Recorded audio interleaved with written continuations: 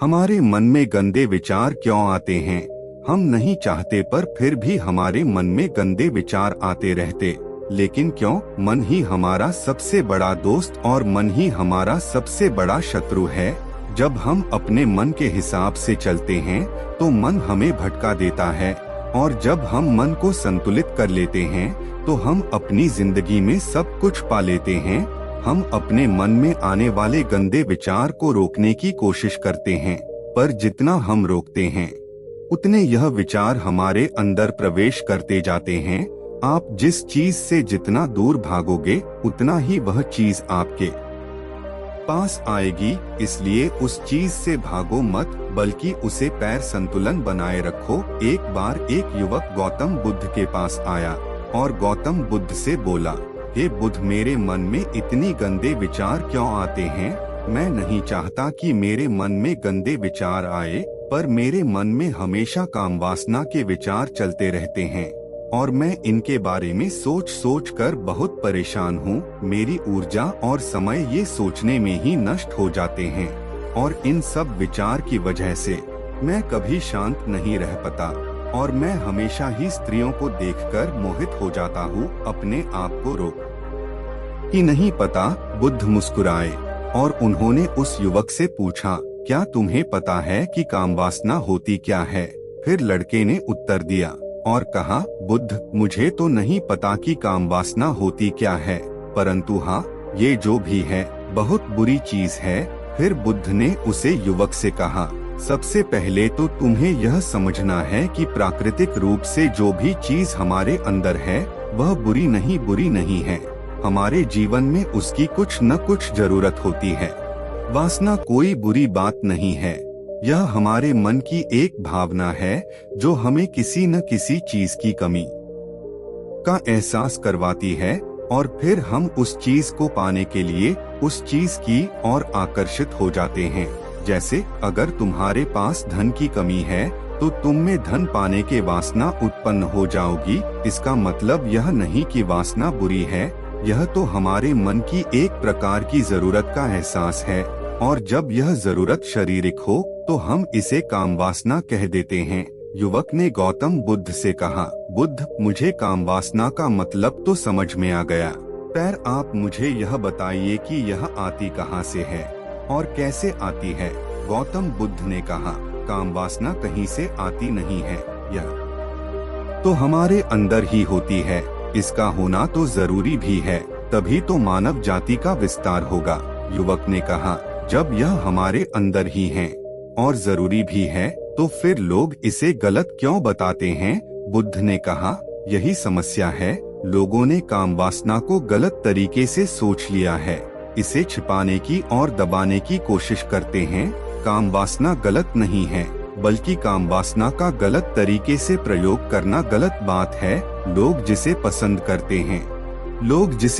करते हैं उसी के लिए जीने लग जाते हैं और उसके बारे में हमेशा सोचते रहते हैं, पर यह सब गलत है। बुद्ध ने युग से कहा, क्या तुम्हें पता है कि जानवरों में भी काम वासना होती है? युवक ने उत्तर दिया, हाँ बुद्ध, जानवरों में भी काम वासना होती है, क्योंकि जानवर भी तो अपनी पीढ़ी को आगे बनाएंगे।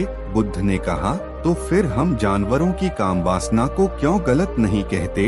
युवक ने कहा, मुझे नहीं पता महात्मा, आप ही मुझे बताइए। गौतम बुद्ध ने कहा, जानवर अपने काम वासना का प्रयोग आनंद प्राप्ति के लिए नहीं करते, वह तो सिर्फ संतान उत्पन्न करने के लिए काम वासना का उपयोग करते हैं। जानवरों को प्रकृति में इतनी समझ नहीं दी कि वह काम वासना को अपने सुख का आधार बना सके, जबकि मनुष्य अपनी समझ के बलबूते पर प्रकृति में पाई जाने वाली प्रत्येक वस्तु को अपने सुख के लिए अपने प्रयोग करता है। हम इंसानों में ही काम वासना को अपने सुख का साधन बना लिया है, जबकि प्रकृति ने तो हमें अपने वंश को आगे बढ़ने के लिए दिया है, लेकिन इंसानों ने इसे अपने जीवन का परम लक्ष्य बना रखा है, और इस तरह से काम वासना का बेलगाम हो जाना गलत है। युवक ने बुद्ध से पूछा, महात्मा जी, ये काम वासना हम पर हावी क्यों होती है, क्यों ये बेलगाम हो जाती है? तब गौतम बुद्ध ने कहा, सुनो, अब जो मैं तुम्हें बताऊंगा उसे तुम ध्यान पूर्वक सुनना। काम वासना का सारा खेल तुम समझ आ जाएगा। तुम्हें तुम्हारे सवाल का जवाब मिल जाएगा, बस तुम्हें ध्यान से सुनकर समझना है। फिर गौतम बुद्ध युवक को बताना शुरू करते हैं। एक बार की बात है, एक आश्रम में गुरु और उनके शिष्य रहते थे। शिष्य रोजाना आश्रम के बाहर स्थित गांव में भिक्षा लेने के लिए जाते थे। शिष्य जो गांव में भिक्षा लेने के लिए जाता था, उसी रास्ते में एक नदी पड़ती थी, जिससे वह रोज भिक्षा लेने जाता था। एक दिन उसने देखा कि एक लड़का पेड़ के पीछे छिपा है। उसने लड़के के पास जाकर पूछा, भाई तुम इस पेड़ के पीछे छिपकर क्या देख रहे हो? लड़के ने कहा, अरे तुझे नहीं दिख रहा है कि मैं क्या देख रहा हूँ? तब शीशे ने नदी की तरफ देखा तो वहाँ पर कुछ लड़कियाँ पानी भर रही थी। लड़कियाँ 14-15 साल की हो गई। तब शिष्य ने लड़के से कहा, भाई वहाँ पर तो लड़कियाँ पानी भर रही है, इसमें छिपकर देखने वाले क्या बात है? तब वह लड़का शिष्य की तरफ देखकर उससे करता है, अरे पागल, तुम्हें दिखाई नहीं दे रहा क्या कि मैं क्या कर रहा हूँ? वह परियां कैसे नदी से पानी निकल रही है। उनकी अदाओं को देखो, उनके कोमल शरीर को देखो, उनकी पतली कमर मटके को उठाते समय कैसे बल खाती है और उनके बल उनकी कमर पर कैसे लहरा रहे हैं, मानव सुंदरता बिखरी पड़ी हो। शिष्य फिर नदी की तरफ देखता है और इस बार वहाँ देखता है चल गया। अभी तक तो उसे कुछ भी नजर नहीं आ रहा था और वह बिल्कुल निर्भय था।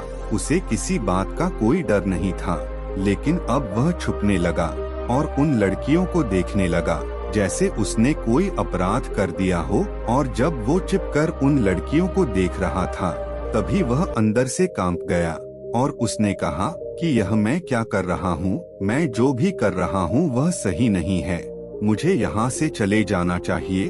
और फिर वह जल्दी से वहाँ से चला जाता है। फिर वह आश्रम पहुँच जाता है। आश्रम जाकर वहाँ अपने कार्यों में लग गया, लेकिन जो अभी वह देखकर आया था, उसके मन में वही दृश्य चल रहा था। उसका मन वही सब कुछ देखने के लिए लालच रहा था। उसका किसी भी काम में मन नहीं लग रहा था।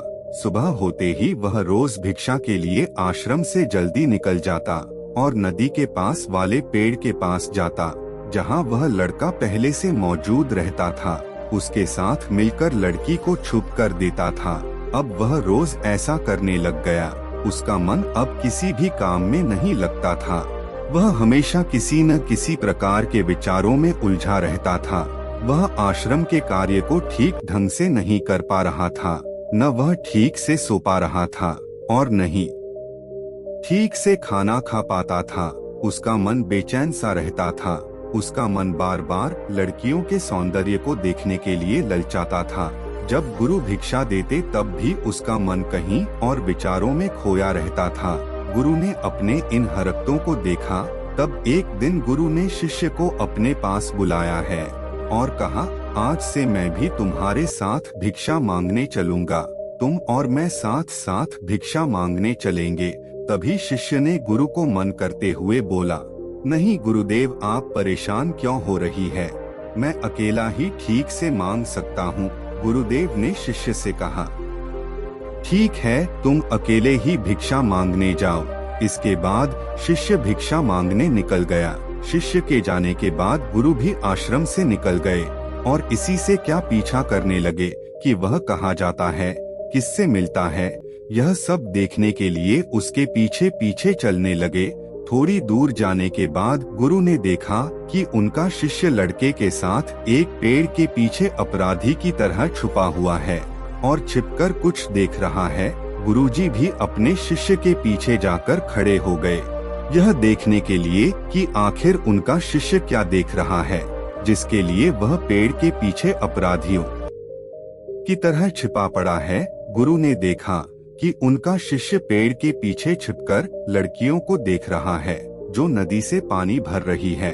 तभी गुरु ने शिष्य से कहा, क्या तुम लड़कियों से भी भिक्षा लोगे? गुरु का आवाज सुनकर शिष्य का मन घबराया और उसके पसीने छूटने लगे। वह थर थर कांप रहा था, जैसा कि किसी चोर को पकड़ते समय रंगों हाथों पकड़ लिया हो। उसकी हालत खराब हो गई। वह कुछ भी नहीं बोल पा रहा था। वह लड़का जो शिष्य के साथ था वहां से भाग दिया। शिष्य और भी घबरा गया। उसकी मुंह से कुछ टूटी फूटी शब्द ही निकल रहे थे। वह अपने गुरु से भी नजर मिलाने का साहस नहीं कर पा रहा था। गुरु ने शिष्य की ओर देखा और कहा, मेरा शिष्य तो निर्भय है, उसे तो किसी भी चीज का डर नहीं है। लेकिन यह क्या, तुम तो डर के मारे कांप रहे हो। शिष्य ने गुरु से कहा, मुझे माफ कर दो, इसमें मेरा कोई दोष नहीं है। उसे लड़के ने मुझे मोहित दिया था, लेकिन मैं आपसे वादा करता हूँ कि आज के बाद मैं कभी दोबारा ऐसा नहीं करूँगा। मुझे माफ कर दो। गुरुदेव ने कहा कि कोई बात नहीं, पर इस बात पर तुम ध्यान रखो कि हम जैसी संगति करते हैं वैसा ही कल हमें प्राप्त होता है। हम जैसे संगति करते हैं उनके विचार हमारे अंदर प्रवेश करते हैं। इसलिए अच्छी संगति करो ताकि तुम्हारे अंदर अच्छे विचार प्रवेश करें। फिर गुरु और शिष्य आश्रम लौट आए और फिर से आश्रम के कार्यों पर ध्यान देने लगे। उसने उसे रास्ते को छोड़ दिया और दूसरे रास्ते से जाने लगा।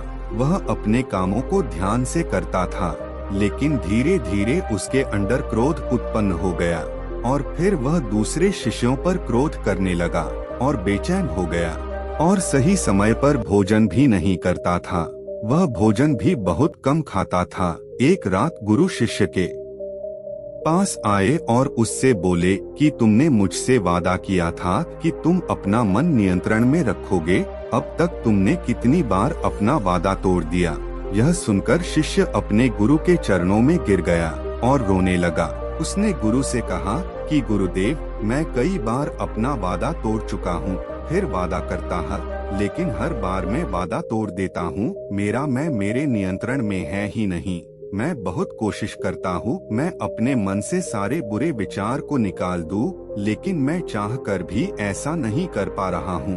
फिर गुरुदेव ने शिष्य को कहा, चलो मेरे साथ। गुरु शिष्य को आश्रम के बगीचे में लेकर गए और शिष्य से कहा, देखो यहाँ पर कुछ नालियाँ बनी हैं, जिससे नदी का पानी इस पौधे तक आ रहा है और यह पानी नियंत्रण भाव से बह रहा है। क्या तुम इस पानी के बहाव को रोक सकते हो? शिष्य ने कहा, हाँ गुरुदेव, मैं इस बहाव को रोक सकता हूँ। फिर शिष्य ने मिट्टी उठाकर नाली के छोर पर डाल दिया। वह पानी थोड़ी देर के लिए रुक गया और फिर थोड़ी देर के बाद उसे रेत के ऊपर से पानी आया। गुरु ने शिष्य कहा, अरे यह क्या, यह पानी तो रोका ही नहीं। फिर से उसने कुछ कंकड़ पत्थर उठाकर उसे नाली में डाल दिया और फिर थोड़ी देर के लिए पानी रुक गया, लेकिन फिर थोड़ी देर बाद ही उन कंकड़ पत्थर के ऊपर से पानी निकल आया। गुरु ने कहा, शिष्य यह क्या हुआ? पानी तो फिर आ गया। तुम बोल रहे थे कि तुम इसे रोक दोगे। क्या हम किसी चीज को पूरी तरह से रोक सकते हैं? तब शिष्य ने कहा, कोई बात नहीं गुरुदेव, मैं इस पानी को तो रोककर आपको दिखाऊंगा। फिर उसने एक बड़ा सा पत्थर लेकर आया और उसे नाली पर डाल दिया। पानी रुक गया।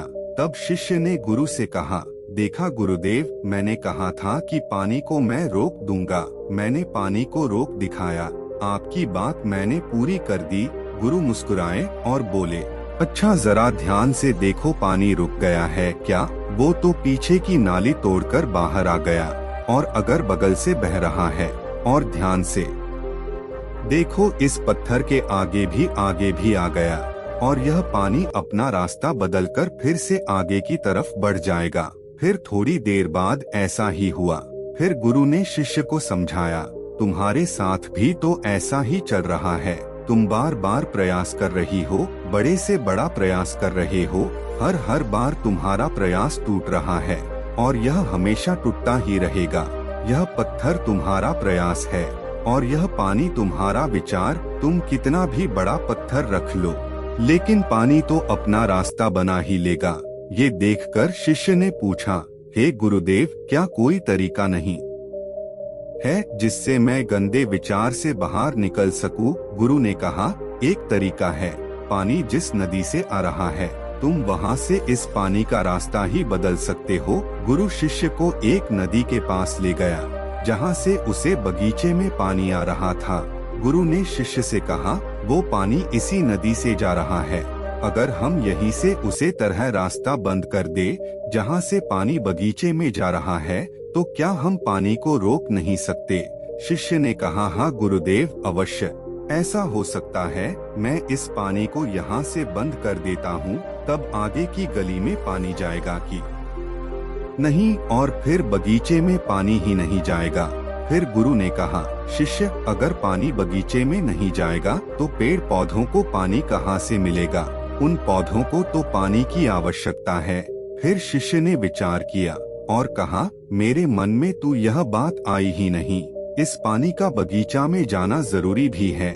गुरु ने कहा, और उन पेड़ पौधों में कुछ ऐसे हैं जिनको रोज पानी की आवश्यकता पड़ती है, वो तो मुरझाकर मर ही जाएंगे।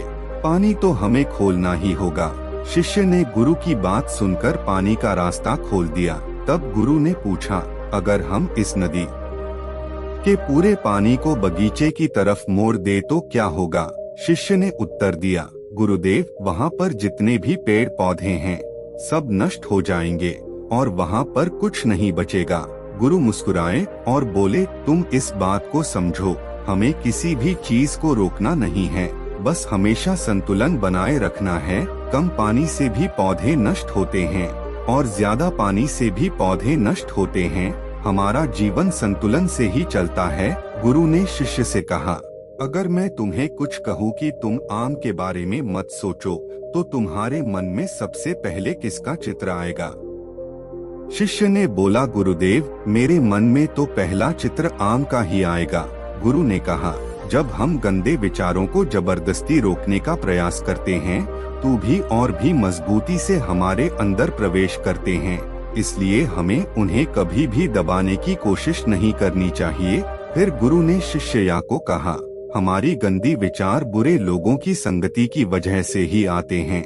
कभी कभी कामुकता हमारे अंदर होती ही नहीं है, लेकिन कुछ अश्लील लोगों के साथ रहने की वजह से यह हमारी अंदर हावी हो जाते हैं। फिर शिष्य ने कहा, गुरुदेव, आप सही कह रहे हैं। मैं अपनी मार्ग से भटक गया था। उसे रात बहुत ही चैन की नींद सोया। सुबह अपने कार्य को पूरी मन से किया और फिर सुबह हुआ भिक्षा लेने के लिए उसी रास्ते से गया जहाँ वह लड़का आज भी पेड़ के पीछे छिपकर उन लड़कियों को देख रहा था। वह शिष्य उसे नदी पर गया जहाँ वह लड़कियां पानी भर रही थी। उसने उन लड़कियों से पानी मांगा और उन लड़कियों में से एक लड़की ने उसे पानी पिलाया और उसने शीशे के चरण छुए। शीशे ने उसे आशीर्वाद दिया कि तुम्हारा कल्याण हो, जिससे कि मानसिकता सकारात्मक ऊर्जा से भर जाए। उसके चेहरे पर मुस्कान आ गई थी, जैसे कि उसे कुछ खोया हुआ वापस मिल गया हो। वह वापस अपने रास्ते से जाने लगा। तभी पीछे से वह लड़का आ गया जो पेड़ के पीछे छिपा हुआ था। वह शिष्य के पास आ गया और बोला, क्या बात है, आज तो तुमने नजदीक से दर्शन कर लिए, तुम तो मुझसे भी आगे निकल गए। तब शिष्य ने कहा, हम हमेशा दूसरों के दर्शन में ही व्यस्त रहते हैं, अपने दर्शन कर ही नहीं पाते। तुम कब तक इस प्यार के पीछे छुपते रहोगे? किसी को पसंद कर लो, उसे बोल दो। अगर वह भी तुम्हें पसंद करती है तो शादी कर लो और उसे से पहले तुम कुछ बन जाओ। अपने आप को पहचान लो, ऐसा अपना समय बर्बाद मत करो। फिर वह लड़का रोज उसे शिष्य से मिलाने लगा और उसने नदी पर न जाने के लिए प्रेरित किया।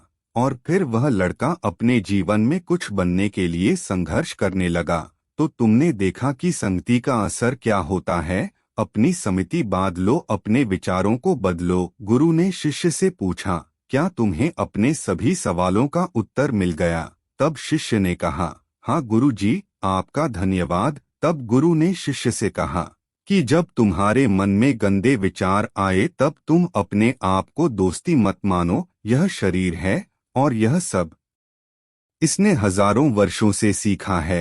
एक केवल तुम्हारे सोच लेने से या शपथ लेने से यह टूटने वाला है नहीं, लेकिन तुम्हारे पास हो सकती है वह ऊर्जा है जिसका तुम्हें संतुलन उपयोग करना है। तुम एक जीवित ऊर्जा हो जो कुछ भी अनुभव करने के लिए स्वतंत्र तो हो, इसलिए तुम अपने आप को पहचानो। दोस्तों, इस कहानी से हमें यह सीख मिलती है कि हमारे विचारों का महत्व कितना अधिक होता है। हमारे विचार हैं हमारे भविष्य की दिशा को निर्धारित करते हैं। हमें सकारात्मक विचारों को अपने मन में पूरी शक्ति के साथ अपनाना चाहिए ताकि हम सही दिशा में आगे बढ़ सके। दोस्तों, आपको यह कहानी कैसी लगी कमेंट बॉक्स में कमेंट जरूर करें। धन्यवाद।